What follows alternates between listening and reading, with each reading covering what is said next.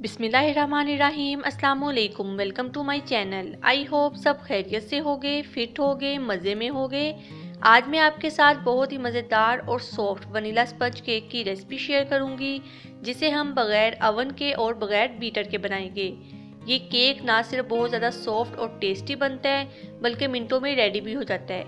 आज हम इस केक को पतीले में बनाएंगे, तो रेसिपी को देखने के लिए वीडियो को एंड तक लाजमी देखिएगा। चलिए हम रेसिपी को स्टार्ट करते हैं। केक बनाने के लिए हमें चाहिए यहाँ पे मैदा 1 cup, oil half cup, powder sugar half cup, baking powder 1 teaspoon, baking soda 1/4 teaspoon, salt 1/4 teaspoon, vanilla essence 1 teaspoon, अंडे 2 बड़े साइज के। इसके अलावा इसमें दूध भी जाएगा 1/4 कप। सबसे पहले हम यहाँ पे पतीले को प्री हीट करने के रख देंगे। पतीले में कोई भी प्लेट या स्टैंड रखे, इसको 10 से 15 मिनट के लिए मीडियम फ्लेम पे कवर करके रख दे, ताकि अच्छे से प्री हीट हो जाए। जब तक पतीला प्री हीट होता है, हम यहाँ पे केक का बैटर तैयार कर लेंगे। सबसे पहले हम यहाँ पे अंडों को बीट करेंगे। एक प्यारा सा बाउल लूंगी और इसमें दोनों अंडों को ऐड कर दूंगी। अंडे जो है वो आप यूज़ करने से पहले चेक कर लीजिएगा कि ये ख़राब ना हो। अब हम अंडों को बीट करना स्टार्ट करेंगे। अंडों को आपने ज़्यादा बीट नहीं करना, बस 1 से 2 मिनट के लिए हम इसको अच्छे से हैंड विस्क की मदद से बीट कर लेंगे।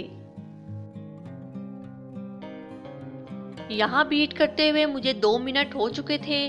आप देख सकते हैं कि अंडों का कलर जो है वो लाइट हो गया है। अब मैं इसमें शामिल कर दूंगी पाउडर शुगर। पाउडर शुगर मैं यहाँ पे हाफ कप यूज़ कर रही हूँ। पाउडर शुगर आपने एक साथ ही इसमें ऐड नहीं करनी, थोड़ी थोड़ी करके हम इसमें डालते जाएंगे और इसको हैंड विस्क की मदद से अच्छे से बीट करते जाएंगे।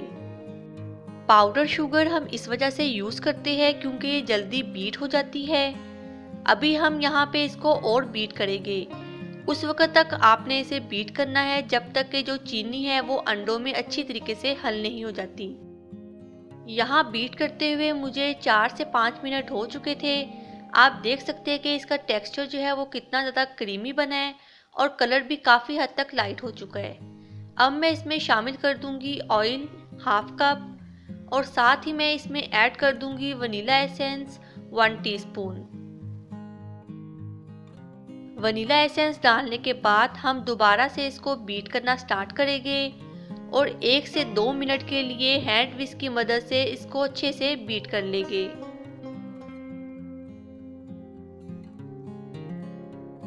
यहाँ बीट करते हुए मुझे 2 मिनट हो चुके हैं। आप देख सकते हैं कि बैटर जो है वो काफ़ी हद तक स्मूथ और क्रीमी हो गया है। अब हम इसमें शामिल कर देंगे मैदा 1 कप। मैदा जो है वो आपने एक साथ ही इसमें सारा ऐड नहीं करना, वरना तो फोल्ड करने में आपको प्रॉब्लम होगी। थोड़ा थोड़ा करके आप इसमें मैदे को शामिल करते जाए और स्पैचुला या हैंड विस्क की मदद से इसको अच्छे से फोल्ड करते जाए। अब मैं यहाँ पे जो बाकी का मैदा है वो भी इसमें ऐड कर दूंगी और साथ ही मैं इसमें शामिल कर दूंगी बाकी इंग्रेडिएंट्स, जिसमें शामिल है बेकिंग सोडा, बेकिंग पाउडर और साल्ट। यहाँ मैंने बेकिंग पाउडर डाल दिया है। अब साथ ही इसमें ऐड कर दूंगी साल्ट और यहाँ पे अब जाएगा इसमें बेकिंग सोडा। तमाम चीज़ें डालने के बाद हैंड विस्क की मदद से इसको अच्छे से फोल्ड कर लूँगी। केक बनाने के लिए जो सबसे अहम चीज़ होती है वो केक का बैटर ही होता है। अगर केक का बैटर अच्छा बनेगा तो हमारा केक भी अच्छा बेक होगा। अब मैं इसमें शामिल कर दूंगी दूध 1/4 कप। हम यहाँ पे जो दूध और अंडे यूज़ कर रहे हैं वो रूम टेम्परेचर पे होने चाहिए। दूध डालने के बाद इसको हैंड विस्क की मदद से अच्छे से फोल्ड कर लूँगी। जो जो इंग्रेडिएंट्स आपको यहाँ पे बताए हैं वो आप एज इट इज़ ही ऐड करेंगे तो केक जो है वो बहुत ही अच्छा बेक होगा और बहुत ज़्यादा सॉफ्ट बनेगा। यहाँ पे हमारा केक का बैटर भी रेडी हो चुका है, जो आप देख सकते हैं कि बहुत ही स्मूथ और क्रीमी है। और आप इसकी कंसिस्टेंसी भी चेक कर ले, जो कि इतनी ही होनी चाहिए। केक मोल्ड मैंने पहले ही रेडी करके रख लिया था। उसके लिए आप कोई सा भी केक मोल्ड ले लें और ब्रश की मदद से उसमें अच्छे से ऑयल लगाने के बाद मैदा डस्ट कर ले और जो एक्स्ट्रा मैदा होगा वो आपने उसको साइड पे निकाल देना है। अब हम इसमें केक का बैटर ऐड कर देंगे। आप देख सकते हैं केक के बैटर का टेक्सचर कितना ज़्यादा क्रीमी और स्मूथ बना है। केक का बैटर हम अच्छे से स्पैचुला की मदद से इसमें ऐड कर देंगे।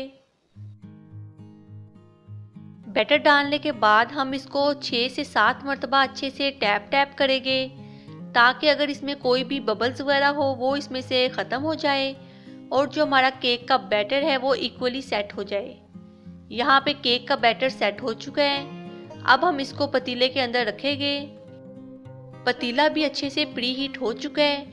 अब हम इसमें केक मोल्ड रख देंगे और इसको कवर करके रख देंगे 40 से 45 मिनट के लिए बेक होने के लिए।